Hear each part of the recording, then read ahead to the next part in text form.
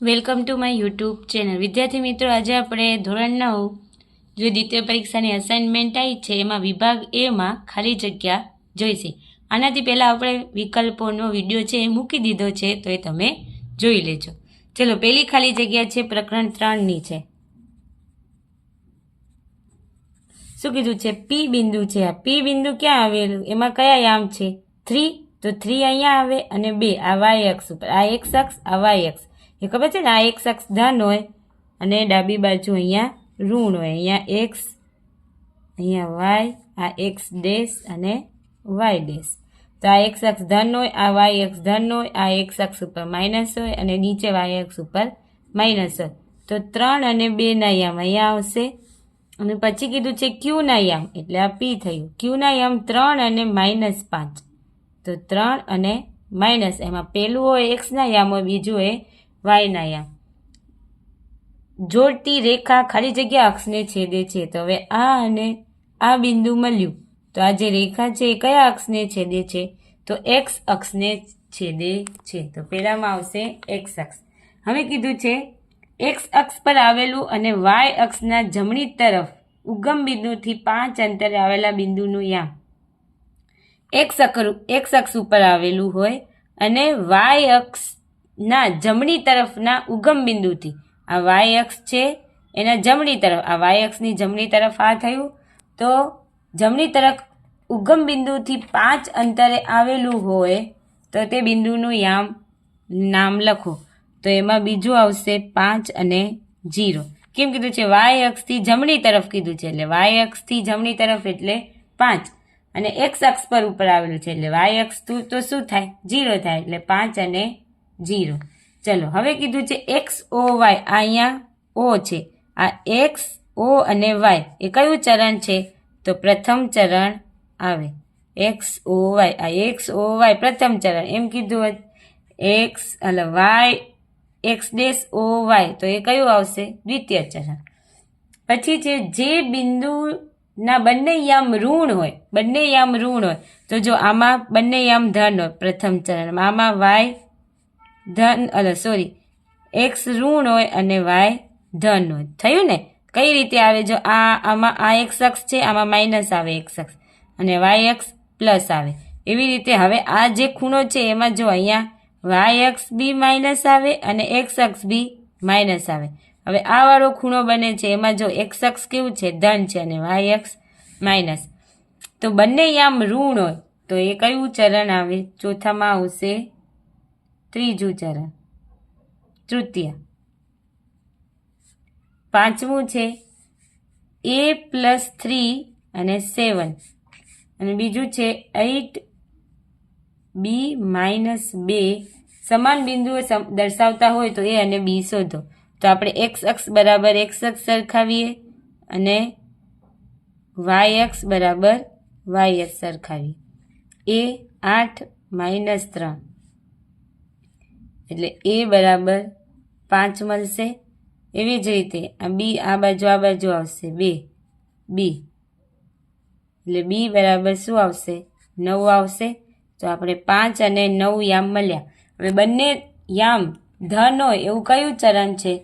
તો પ્રથમ ચરણ. તો 5માં આવશે પ્રથમ ચરણ.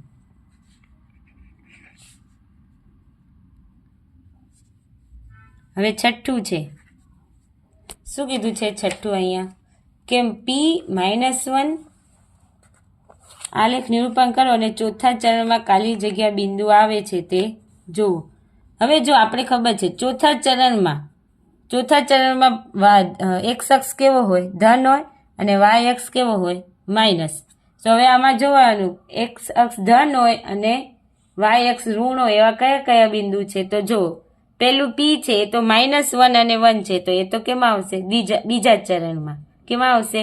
બીજા ચરણમાં. હવે જો ક્યુ છે, ક્યુ કેવું છે? વાય એક્સ અક્ષ ધન છે અને વાય અક્ષ ઋણ છે. એવી જ રીતે આર નું એક્સ અક્ષ ધન છે અને વાય અક્ષ -1 છે. એટલે ક્યુ અને આર છે એ કેમાં આવશે? ચોથા ચરણમાં આવશે. ચલો, હવે છે પાંચમું.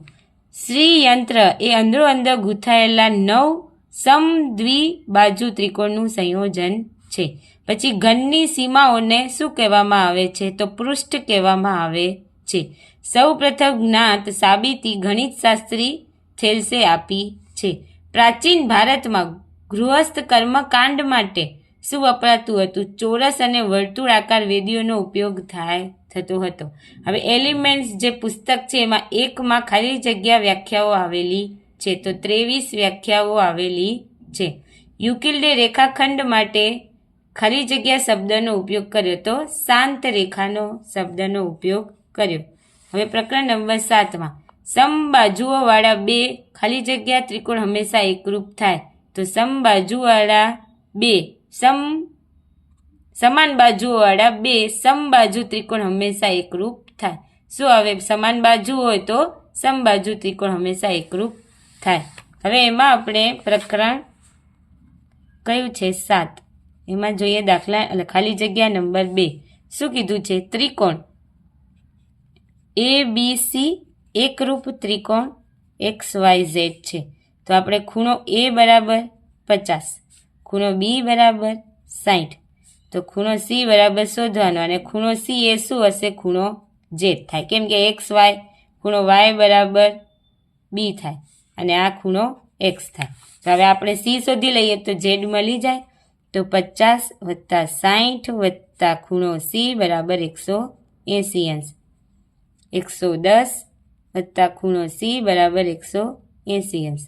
ખૂણો C બરાબર 180 - 110, એટલે ખૂણો C અને ખૂણો Z બરાબર 70 અંશ આવશે. ચલો હવે ત્રીજું છે ABCમાં ખૂણો B બરાબર C થાય, તો અહીંયા કઈ બાજુ આવે? AC, અને અહીંયા AB, એટલે AC અને AB કેવું છે? બરાબર છે. તો તમારે આખી પરિમિતિ શોધવાની છે. તો ત્રણેય બાજુનો હવે કઈ બચી? BC. હવે જો તમારે કઈ આપેલી છે? AB. કેટલું આપેલું છે? AB બરાબર વત્તા BC વત્તા AC. હવે AB કેટલું આપેલું છે? 5.2. AC કેટલું થશે? એટલું જ થશે. કેમ? સમાન ખૂણા હોય તો એમની સામેની બાજુ હોય, પણ AB કેટલું હોય? સમાન હોય. અને BC તમારે કેટલું આપેલું છે? 8.3. 3, 5, 6, 5, 6, 7, એટલે આવશે 18.7 સેમી જવાબ આવશે. કેમાં? ત્રીજામાં. ચલો હવે ચોથું શું કીધું છે? ત્રિકોણ PQRમાં અહીંયા એકરૂપ ત્રિકોણ આપેલ છે. PQ અને R એકરૂપ XYZ. તો હવે PQ બરાબર QR બરાબર 3.8 અને PR કેટલું આપેલું છે? 5.5 સેમી આપેલું છે. તો હવે YZ શોધવાનું છે. તો હવે જો અહીંયા XY, YZ અને ZX થાય. તો હવે YZ કેટલું આવશે? આના ઉપરથી જ ખબર પડી જાય કેટલું આવશે? 3.8 આવશે. કેમ? એકરૂપ છે એટલે QR બરાબર YZ. તો અહીંયા QR કેટલું છે? 3.8. તો YZ બરાબર કેટલું આવશે? 3.8 સેમી. ચલો હવે પાંચમું ત્રિકોણ ABC અને PQRમાં આ ABC લખીએ અને PQRમાં ખૂણો B અને P કેવા છે? કાટખૂણા છે. તો લખી દીધો અહીંયા ABC PQR લખ્યું. હવે કીધું AC, આ AC બરાબર RQ થયું. AC બરાબર RQ. AB બરાબર RP. AB બરાબર RP. તો આ ત્રિકોણ છે, ત્રિકોણ ABC એકરૂપ કયો ત્રિકોણ આવશે? તો RPQ થાય ને? RPQ ત્રિકોણ થશે. ચલો હવે છઠ્ઠું શું કીધું છે? ત્રિકોણ ABC